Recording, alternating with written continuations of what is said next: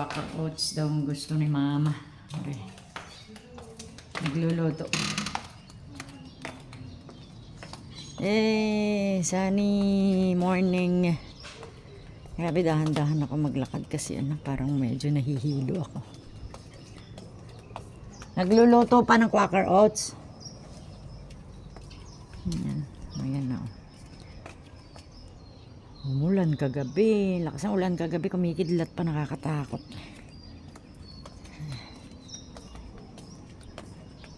Wala lagi si Muning.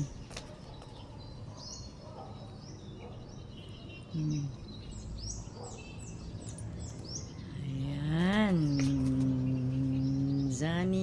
Sunny. Grabe, parang inaatake na naman ako ng vertigo. Muna tayo dito. Ayan, medyo takpan natin yung sun. Ayan, para medyo malinaw ang ating. Yes, bibigyan ko kayo ng tip. Kung ano tip para sa vertigo, para hindi kayo atake ng vertigo. Actually, pag inaatake ako ng vertigo, umiinom naman ako ng gamot. Ang pangalan ng gamot is Circ. Circ na merong 8 mg, 16 mg yung pinakamalakas. So, yan. So, iti-take lang yung Circ na yon pagka umatake na para ka nahihilo. Pero may mga exercises para sa vertigo. Ganito, ituturo ko. Kailangan ba tanggalin yung salamin? So, ang eye exercise para sa vertigo, up, down, up, down, up, down. Tapos left, right, left, right, left, right. Ganun. Susubukan ko ha. Bibilang ako ng 4 lang. So, okay. 1, 2, 3, 4. 1, 2, 3, 4. 1, 2, 3, 4. Ganon. Yun ang exercise ng vertigo. Nagturo sa akin nun yung doktor ko dati. Pero syempre, kahit na may exercise ka, kailangan na may gamot ka pa din. So, pag umatake ang vertigo, huwag kang hihiga agad. Kasi pag humiga kayo na yung nakatihaya, mas lalong magi-spin yung paningin nyo.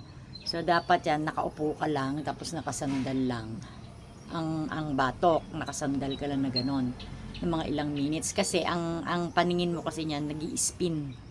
So, nag-i-spin. So, be careful din. Siyempre, pag naglalakad tayo, kasi ma-out of balance ka, vertigo yan eh. So, kanina, pagkagising ko, na-feel ko na para ako nahihilo. Actually, kagabi pa, mapipil mo na yan eh. Mga the day before mo siya maramdaman. So, yesterday pa ng night, na-feel ko na siya na para akong dizzy. Sabi ko, parang nag-i-spin. Sabi ko, vertigo ito. Attack yung vertigo.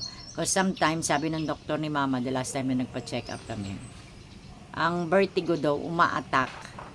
Ang reason minsan ng pag-attack ng vertigo is because nag-stop ka ng iyong maintenance medication, ganyan. So ako, wala naman ako ini-stop kasi wala naman ako ini-stop. Meron pala ako ini-stop na isa lang. Kaya lang sabi kasi ni doktor, bumalik ako doon. Kasi kailangan na naman ng laboratory blood test ulit para yun sa taas na lipid yata, cholesterol. Kasi yung first na binigay niya sa akin is 20 mg and then she adjusted into 10. So the last time sabi niya, ito mo ng 10 ang inumin mo, lostatin yata nun. And then pagkatapos niyan, balik ka dito and then mag-ano ka ulit, blood test ka na naman, di ba may fasting na naman yung 10 hours yata. So yun. So hindi ko alam kung bibili muna tayo ng uminom muna tayo pansamantala nung lostatin yata 10 mg. So inom muna ulit tayo nun while hindi pa tayo nakakabalik sa kanya. Kasi ganun yun eh, ganun talaga yung balik talaga tayo ng balik. So hindi rin pala maganda nagte-take ng medication para sa high blood pressure, especially if you are not a high blood. Kasi sabi ni doctor the last time we went there with my mom,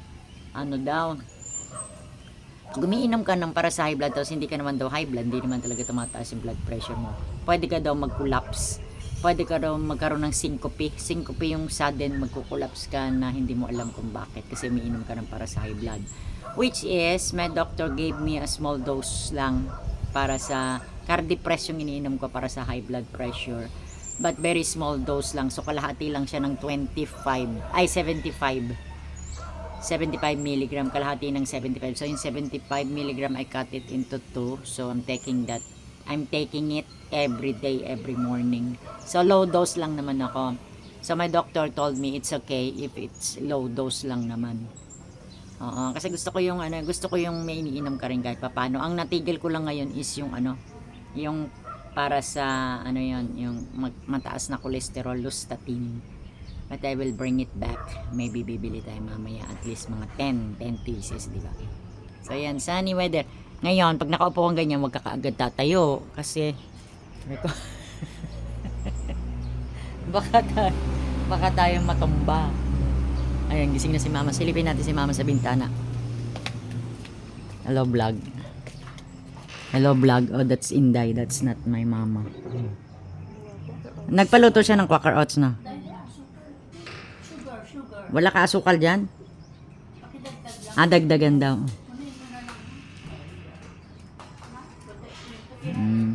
Puti. Meron sa daw yung cabinet. Kasi yung puti natitira, iminix ko na dun sa Dito pala maganda magsampay, oh. Kaya lang, makakasiraan naman ng view, di ba? Di ba? Pero dito, sakop na sakop talaga yung init. Di ba? Pag dito ko nagsampay. Kaya lang, syempre yung labada mo yan. Hala, did you know guys, a dream? Sandali muna. Yan, sunny weather. Ang ganda dito, yung sunset. Ayan, nakikita niyo yung cat ko. Nandun siya, oh. I dream about my cat again today, last night. Yeah.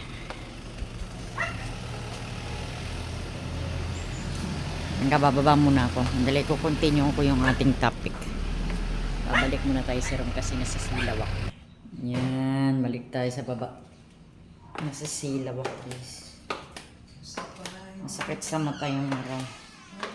Ay, kumain ng kili. Inubos niya yung pagkain niya. So, balik tayo dito. Kaya lang may electric pa na kumaingay. Sandali guys. Nahihilo ako. Teka, ang laki-laki nitong microphone ko. Yan, ganyan natin.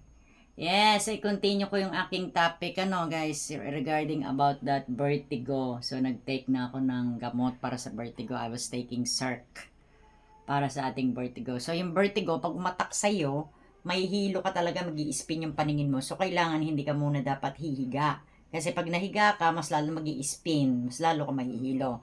At huwag ka din biglang tatayo. So, ang solusyon nun, isasandal mo lang ito, ulo, ganyan lang.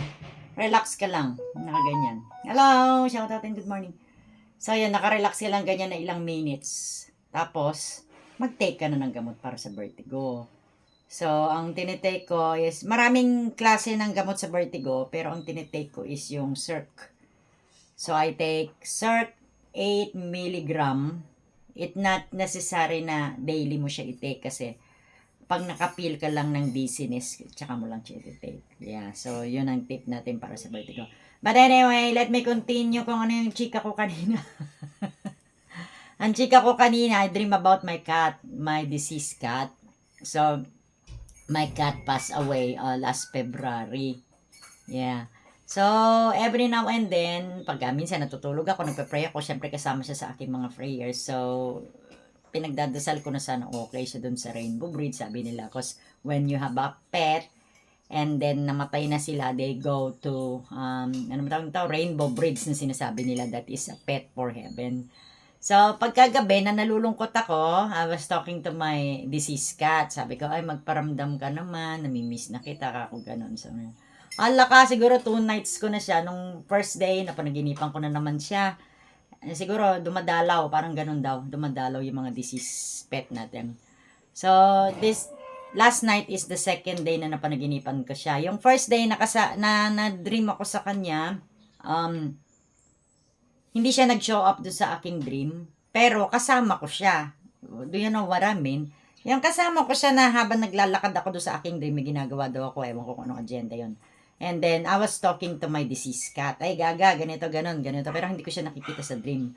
So, I was wondering why. Sabi ko, bakit kaya hindi siya nagpakita? Pero you know, tonight, I saw my cat. I saw my cat in my dreams na pinapaliguan ko siya. Merong cage.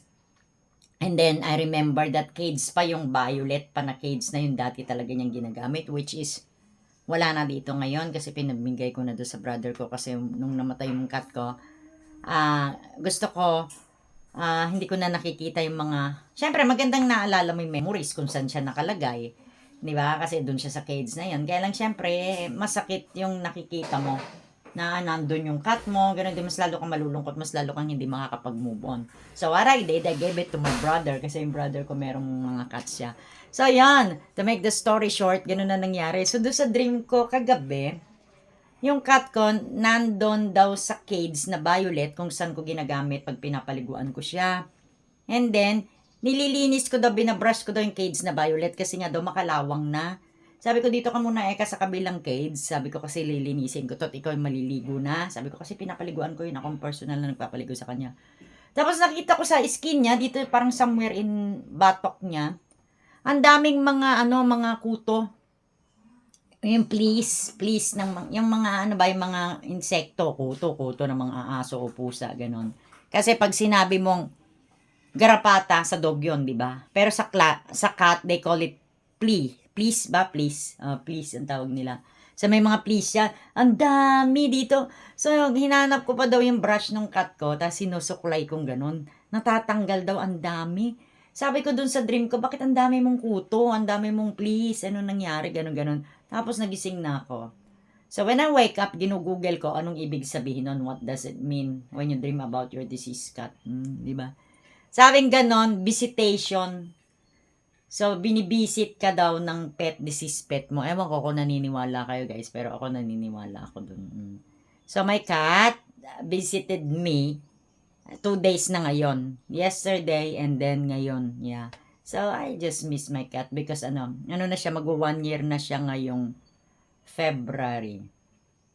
So, yung cat ko na yon, inaalagaan ko yun, na yon, 14 years. When she passed away, 14 years and 6 months.